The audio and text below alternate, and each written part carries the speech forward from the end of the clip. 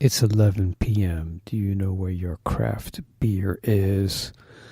Yes, 11 p.m. on a Thursday evening, and this is Mike from Craft Beer Storm, and we're bringing you craft brew news every Friday. And I told you I'm going to bring it to you, and I'm here recording it. I am the host of Craft Beer Storm. I'm also founder brewer at Brew Brewing Company in freezing Portsmouth, New Hampshire. It's freaking cold up here, man. But that's okay. It's winter. What do you want? You know, we're in New England, so it's cool. Gotta go skiing. Okay, so craft brew news. We do this every Friday. We bring you the latest stories right to you, courtesy of brewbound.com. First story is Maryland's Flying Dog Brewery hopes to release cannabis-infused beer. It's another story about cannabis-infused beer or liquids.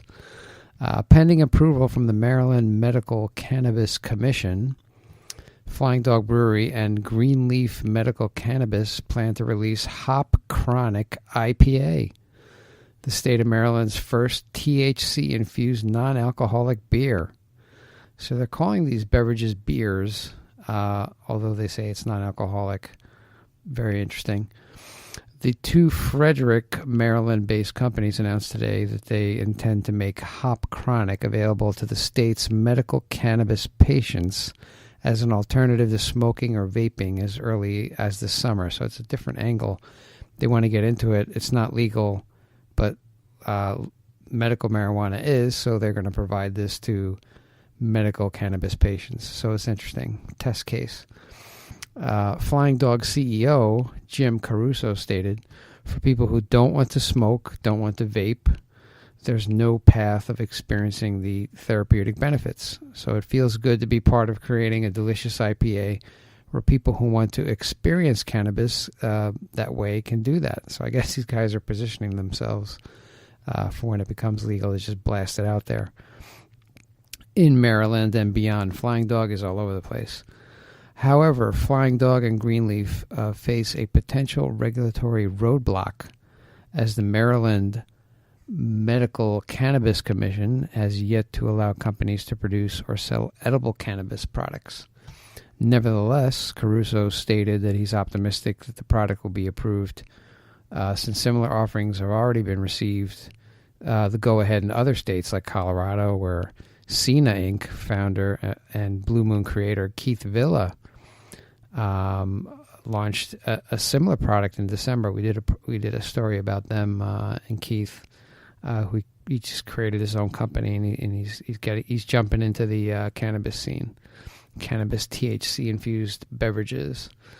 If approved, Flying Dog would join a number of beer manufacturers who have already entered the cannabis space. Large beer companies such as Anheuser-Busch InBev, working with Tilray, Constellation Brands, working with Canopy Growth, and Molson Coors, working with Hexo, have each struck partnerships with Canadian cannabis companies. Other U.S. beer manufacturers, including Heineken-owned Lagunitas and Craft Beer Alliance, which is 31.4% owned by AB InBev, and they're probably going to take it over, have experimented or explored the possibility of THC and CBD-infused beverages. So here's another story about people jumping onto the cannabis legalization scene and creating beverages, which they're predicting is going to be huge, and they probably will be huge. There's a lot of back orders for some beverages, as we've seen in the past with stories we've done. So here we go. It's just going to be interesting to see what happens. Are they going to infuse alcoholic beer with this stuff? Is it going to be they're going to make cocktails? I don't know. That's to be seen. And it'll all be legal, I guess, right? But when you drive, you'll be DWAI, driving while ability impaired. Or maybe both, DWI and DWAI. I don't know. There'll be a death sentence in some states for that. Who knows? We'll see. Okay, Ballast Point sets opening date for downtown Disney tap room. So Ballast Point is teaming with Disney. A year after announcing plans to open a taproom in Anaheim's downtown Disney district at the Disneyland Resort, San Diego's Ballast Point Brew Pub has set an opening date of Wednesday, January 16th, which was yesterday. Fantastic. The Constellation Brands own craft brewery said the new taproom will feature a 3-barrel brewing system, so they're going to brew on premise, and offer more than 50 styles of Ballast Point beer across 100 tap lines. Man, a lot of beer. And that 3-barrel brewing system is going to be cranking it out. Constellation Brands craft and specialty president Ben Dollard said via press release, this new location also gives our passionate brewing and culinary teams a perfect place to test new and inventive offerings as we welcome longtime Ballast Point fans and introduce new guests to our brand.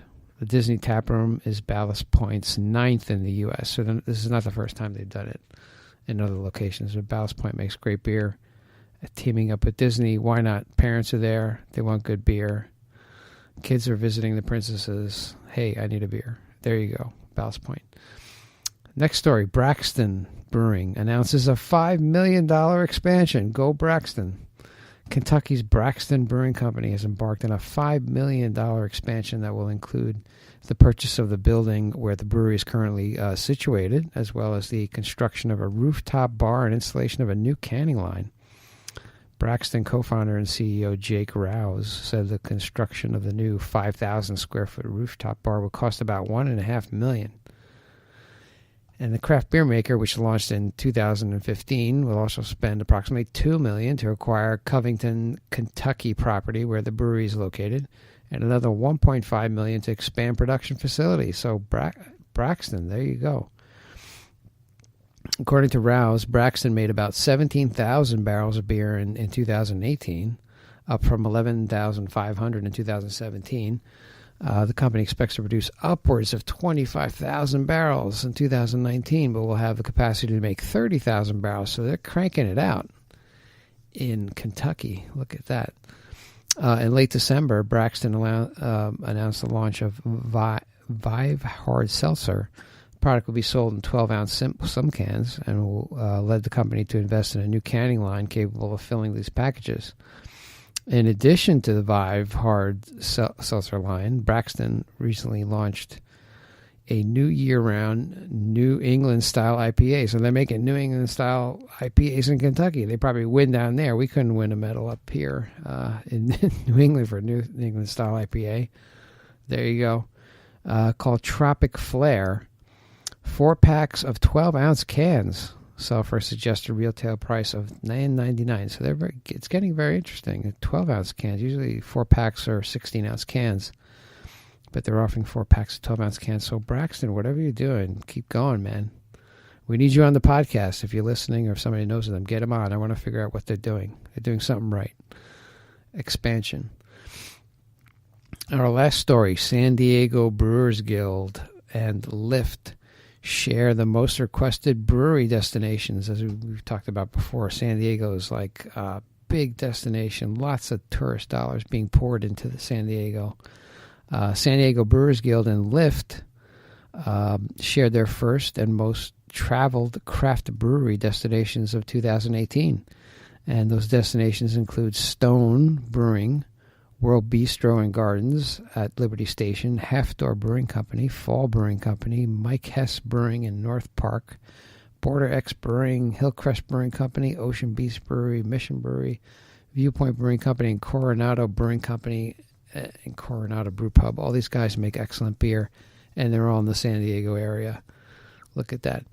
The Brewers Guild and Lyft also shared the most requested brewery destinations during 2018 San Diego Beer Week, which included Stone Brewing, Carl Strauss Brewing Company, Half Door Brewing Company, AleSmith, and Bay City Brewing Company.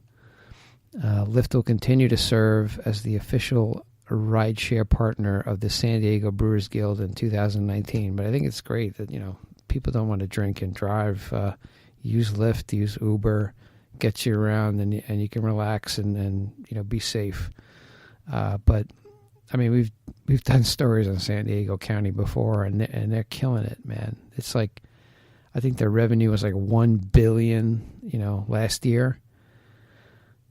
It's like one county in California, they're making $1 billion. I think one article said it was more than what the San Diego Padres made last year. It's ridiculous.